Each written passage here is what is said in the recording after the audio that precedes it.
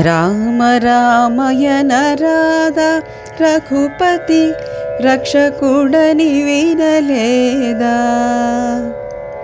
రామ రామయన రాధ రఘుపతి రక్షకుడని వినలేదా.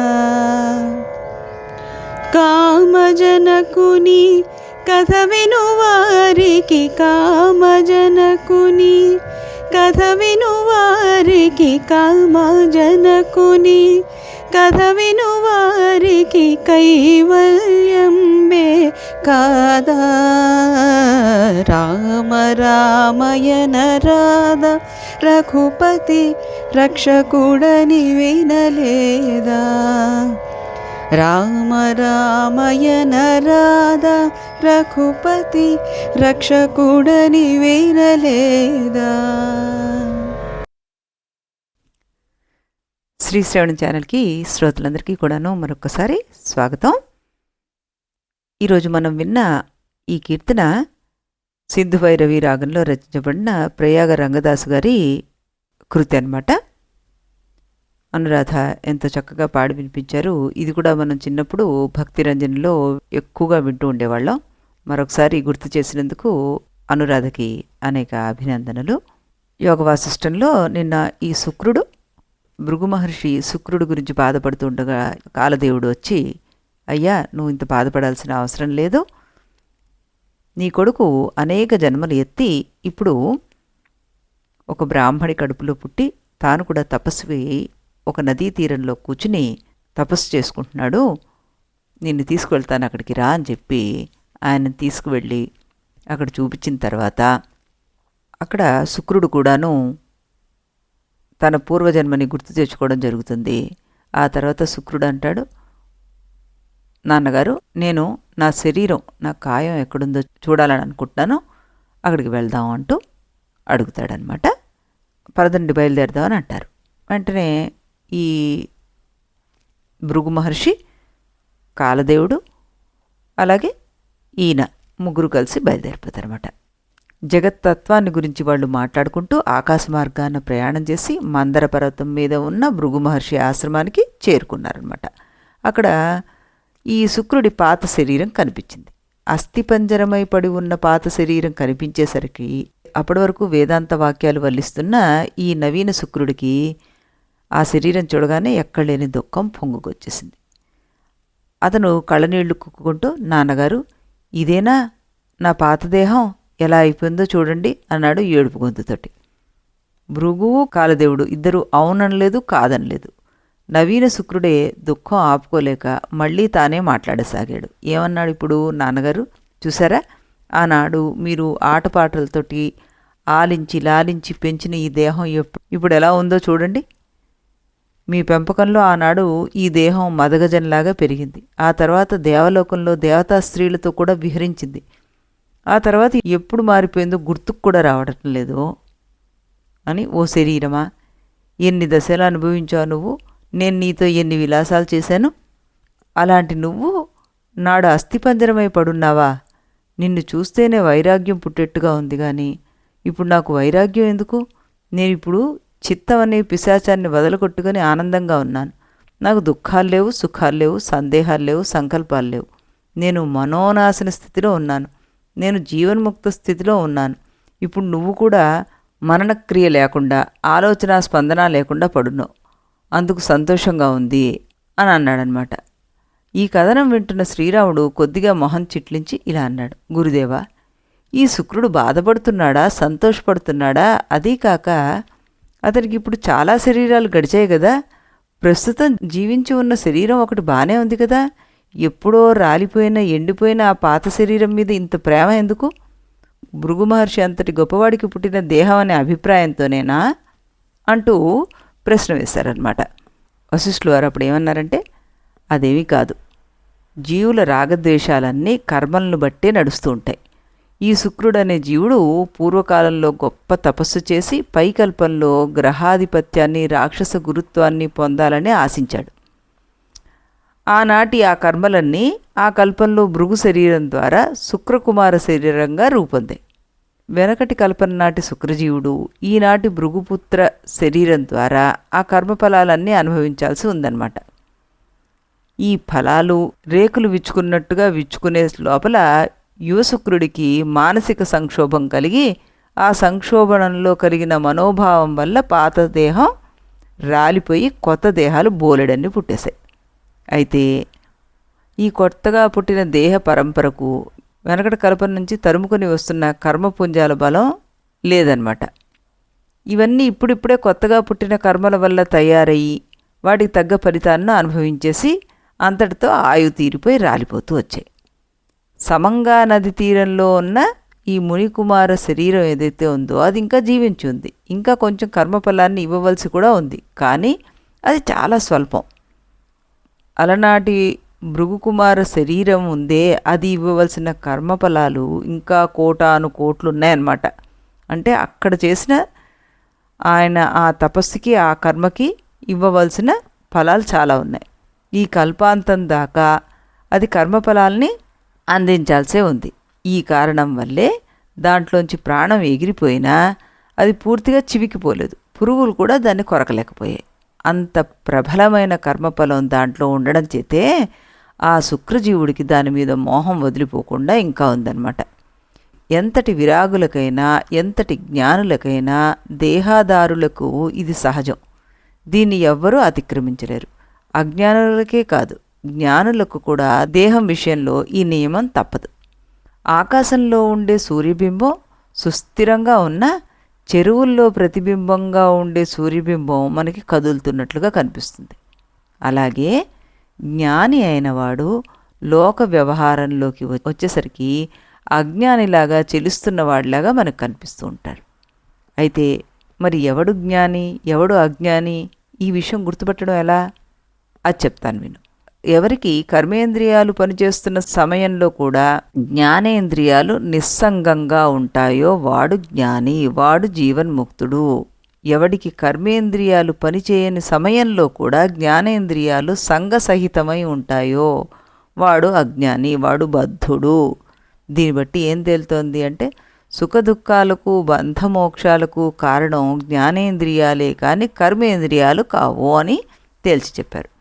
కాబట్టి శుక్రుడు ముక్తుడైనప్పటికీ కూడా అతని జ్ఞానేంద్రియాలకు విషయాలతో సంగం లేనప్పటికీ కర్మఫల శేషాన్ని బట్టి ఆ పూర్వదేహం మీద అభిమానం అనే వ్యవహారం ఇంకా నడిచిపోతుంది.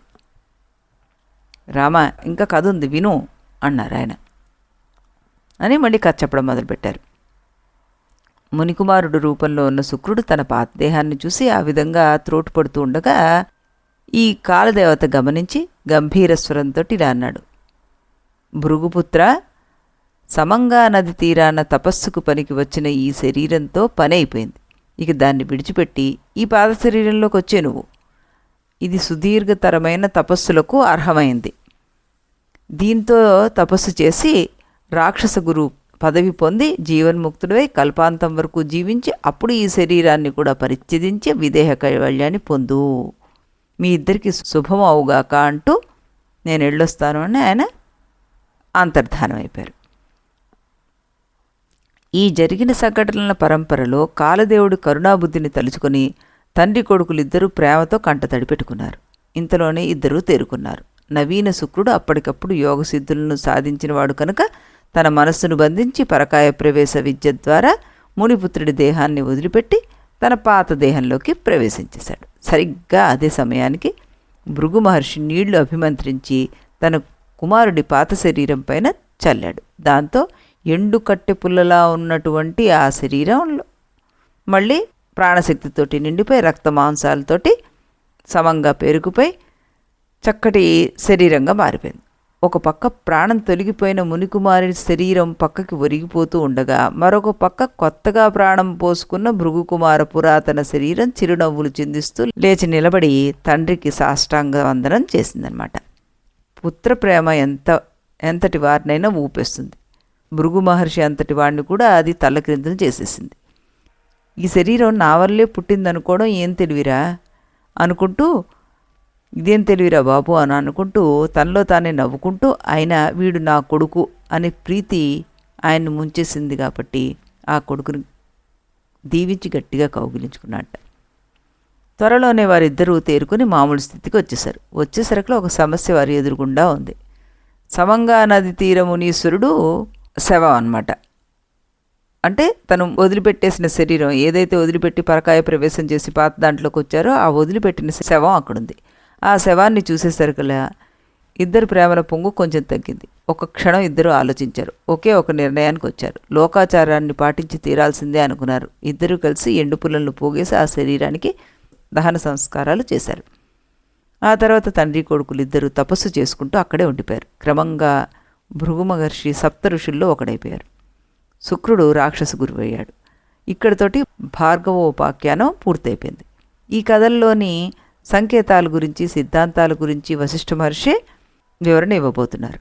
బాగా అర్థం కావడం కోసం ఈ కథను మన పద్ధతిలో కొంత విశ్లేషణ చేసుకుందాం. ప్రపంచం యొక్క స్థితి మనస్సు మీద ఆధారపడి ఉంది అని నిరూపించడానికి వశిష్ఠుడు ఈ కథ మొదలుపెట్టాడు. ఈ నిరూపణకు వెనక చెప్పిన లీలోపాఖ్యానము లవణోపాఖ్యానము చాలు మనకైతే. అయినా కొత్త చెప్తానంటూ ఈ కథ చెప్తున్నారు. ఈ రెండు కథలకి మించిన విశేషం ఇందులో ఏముంది మరి? భృగువు అంటే కొండచర్య, అంటే బండరాతి పలక. దాంట్లోంచి ఏ మొక్క మొలవదు, కానీ చిత్రంగా అక్కడ శుక్రుడు జన్మించాడు. శుక్రుడు అంటే వీర్యం, అంటే విత్తు మొలవడానికి తల్లి గర్భమో నేల గర్భమో లాంటిది ఏదైనా కావాలి. కానీ శుక్రుడు అలాంటి గర్భాలతో పని లేకుండా ఒక స్వర్గలోకాన్ని ఉనికిలోకి తీసుకొచ్చాడు. చివరికి 1000 సంవత్సరాలు తపస్సు చేసి సమంగా నదీ తీర మునికుమారుడిగా శరీరాన్ని పొంది ఉనికిలోకి వచ్చాడు. కథాగమనంలో వీటికి ఉత్పత్తి ఎక్కడ ఉందో మనకు కనిపించదు, ఉనికి మాత్రం కనిపిస్తుంది. ఎంత గట్టి ఉనికి అంటే చివరికి సమంగా నది తీర మునికుమారుడి శరీరం అనేది తగలబడితే గానీ అది పోలేదు. ఎవరు తగలబెట్టారు? ఎవడు దాన్ని సృష్టి చేశాడో వాడిని సృష్టి చేసిన వాడు ఇద్దరూ కలిసి తగలబెట్టేశారు. అంతటి ఉనికిని అంతటి స్థితిని సాధించగలిగింది ఎవరు అంటే ఈ శుక్రుడి మనస్సే. కథాగమనంలో మనం గమనించవలసిన మరో ముఖ్య అంశం ఏంటంటే పాత శుక్రుడి మరణము అంటే ఏమిటి? అందరూ చెప్పే మాటే నిజమైతే శరీరంలోంచి ప్రాణం వెళ్ళిపోవడం. ఇక్కడ శుక్రకుమారుడు పాత శరీరంలో ఉండే స్వర్గసుఖాల భావన మొదలుపెట్టాడు. ఒక స్వప్న ప్రపంచంలాగా, ఒక పగటి కలలాగా, గాలిమేడలాగా ఆ స్వర్గలోకం యొక్క ఉనికి ప్రారంభమైంది. అతడు దాన్ని సృష్టి చేయాలని సంకల్పించలేదు. అందుచేతనే దాన్ని సృష్టి చేయలేదు అతను. అప్పటికే ఉన్న అప్సరస వెంట నడుస్తూ అప్పటికే ఉన్నదాన్ని తాను అనుభవిస్తున్నాను అంటూ స్వర్గలోకంలోకి ప్రవేశించాడు. సుఖాలను అనుభవించాడు. ఈ ప్రక్రియలో ఈ భావన ఎప్పుడు గట్టిపడ్డదో, దానికి ఏ పాత సంస్కారాలు జోడై జన్మ పరంపర ఏర్పడిందో అతనికి తెలియదు. అక్కడ భావన గట్టిపడుతున్న కొద్దీ ఆ మనస్సుకి దాన్ని ఆశ్రయించుకుని ఉన్న ప్రాణానికి పాత శరీరంతో పని తగ్గిపోయింది. అందువల్ల అది మరపున పడిపోయింది. ఆ ప్రాణం ఎప్పటికప్పుడు కొత్త శరీరం వెంటే పరుగులు తీసింది. అందువల్ల ఆ ప్రాణం పాత శరీరాన్ని పట్టించుకోకుండా వదిలేసింది. మామూలు లోక పద్ధతి ప్రకారం జీవికి కాలం తీరిపోయాక మృత్యుదేవత వచ్చి ప్రాణాలు తీసుకెళ్లే ప్రయత్నం చేస్తుంది. కానీ ఆ జీవికి పాత శరీరం వదిలిపెట్టడం ఇష్టం లేక గింజుకుంటూ ఉంటాడు. చివరికి మృత్యుదేవతే గెలిచి ప్రాణాలను పిక్కుపోతుంది. ఆ లెక్కలో ఆలోచిస్తే శుక్రకుమారుడి పాత శరీరం దగ్గర జరిగింది మరణమా కాదా? ప్రాణం పోవడమే మరణం అయ్యేటట్లయితే అది మరణమే. కానీ ప్రాణం వట్టిగా ఎందుకు పోతుంది? మృత్యుదేవతో కాలదేవతో ఎవరో ఒకరు లాక్కుపోతేనే పోతుంది. ఇలా అనేటట్టయితే మాత్రం అది మరణం కాదు. కానీ మృత్యువు, కాలము, దేవత ఈ 3 పదాలు ఉపయోగించారే, వాటికి అర్థం ఏమిటి? ఈ విచారణ ఎవ్వరూ చెయ్యరు. భృగు మహర్షి చేయలేదు. కానీ అక్కడ జరిగింది మరణమే అని ఖాయం చేసుకుని, దానికి కారణం మృత్యుదేవతే అని నిశ్చయం చేసేసుకుని ఆయన్ని శపించేస్తాను అంటూ బయలుదేరిపాడు. ఇది క్రోధక్రియ. ఇది పుత్రశోకం వల్ల పుట్టింది.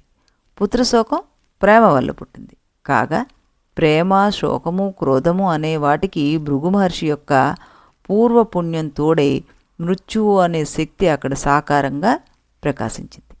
అలా ప్రకాశించింది కనుక అది దేవత. దేవత అంటే దివ్ ధాతుతో వచ్చింది, స్వయంగా ప్రకాశించేది అని అర్థంతో కూడినటువంటిది.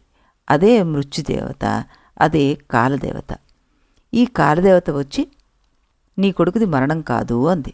నీ కొడుకు ఫలానా చోట బతికే ఉన్నాడు అంది. నువ్వు వెళ్ళి చూసుకో అని కూడా అంది. తీరా చూస్తే అది నిజమైంది.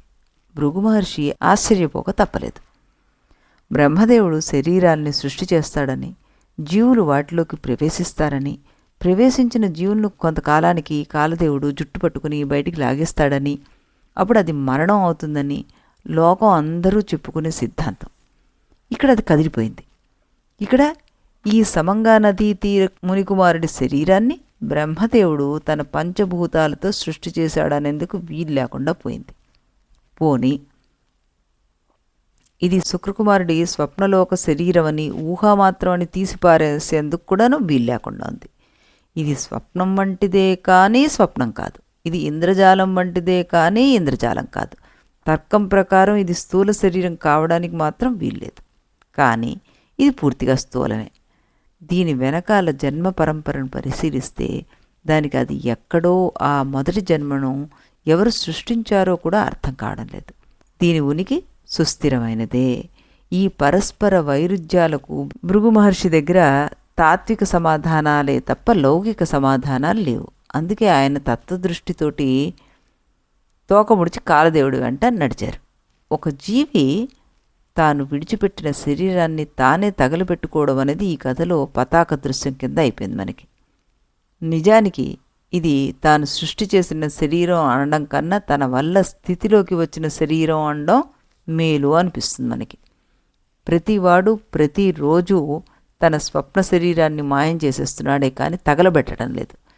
కానీ ఇక్కడ తగలబెట్టాల్సి వచ్చింది, ఎందుకంటే దాని స్థితిలోని స్థూలత్వం అంత గట్టిగా ఉందన్నమాట.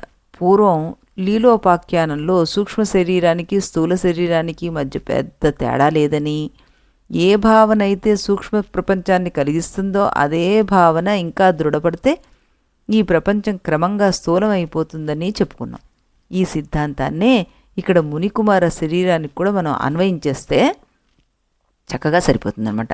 ఇలాంటి స్థూల శరీరాలను సృష్టి చేయగలిగినంతటి మనోబలం శుక్రుల్లాంటి కొంతమందికే ఉంటుందా, మనలాంటి సామాన్యులందరికీ కూడా ఉంటుందా? ఇదే ప్రశ్న. దానికి వెంటనే మనం ఆ శక్తి అందరికీ ఉండదు, ఎవరో కొందరు తపస్సులకు మాత్రమే ఉంటుంది అంటూ సమాధానం చెప్పాలని ఉరకలు వేస్తాం. అయితే ఈ ప్రశ్న రామ వశిష్ఠుల చర్చలో రాబోతుంది. వశిష్ఠులు వారు అక్కడ ఏమంటారో, రాముడు ఏమంటారో, ఈ విషయాన్ని రేపు వాడిద్దరి మధ్య జరిగిన చర్చలో మనం స్పష్టంగా చూడొచ్చు అనమాట. మళ్ళీ మనం రేపు ఇదే సమయానికి ఇదే ఛానల్లో రాముల వారి కీర్తన విన్న తర్వాత వారిద్దరి చర్చలోకి వెళ్ళి వారి వారి అభిప్రాయాలు ఏంటి అన్నది మనం తెలుసుకుందాం. అంతవరకు సెలవు.